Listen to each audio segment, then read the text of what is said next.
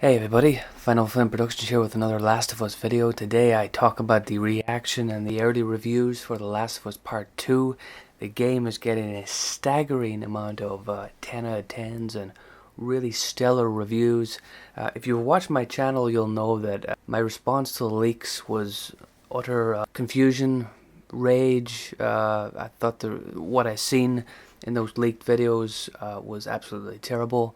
And none of these reviews would change my mind on the fact that I won't be getting the game, simply because the characters I love from the first game aren't in this game, really. I mean, they're in it, but a character like Joel is completely excluded from pretty much all the promotional material. If you've read the leaks, you know what happens to him. I'm not gonna go into that whole bag of crap. But the reviews, I mean, people are saying that the haters got it wrong. The reviewers got it. The reviewers are proving the haters wrong. The IGN place. I'm not going to list through all the because I didn't read all the places, but I know the types of websites that will be giving this big and positive reviews. Sites like IGN. IGN's a site that I've actually followed.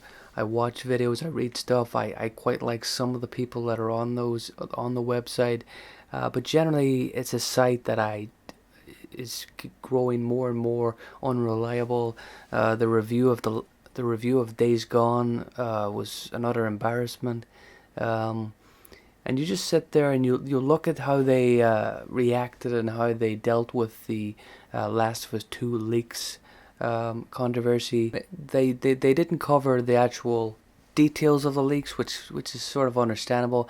But the whole kind of Naughty Dog cover up, the Naughty Dog trying to silence YouTubers, them taking down YouTube videos that were not copyrighted at all. The people had videos that had absolutely no Last of Us Part 2 spoilers or Last of Us 2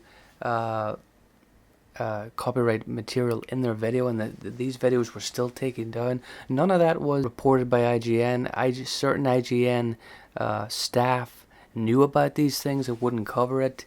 The only thing they covered is what Naughty Dog and Sony wanted them to cover, which is new trailers and information and news that Naughty Dog and Sony wanted to be shared about. So I mean, someone will say, are you suggesting that IGN are lying, that the game isn't 10 out of 10? Now, I get the impression these guys do like the games. Suggesting that they're making up opinions or reviews isn't fair. But it's safe to say that these guys seems like these guys are trying to keep in with good favors with Sony and Naughty Dog, and they don't want to meddle at all. We all know The Last of Us Part 2 has got great gameplay, got great graphics. That simply can't be enough. We knew that was going to be it. So, I mean, certain haters are probably unfair to completely write The Last of Us Part 2 as a nothing game.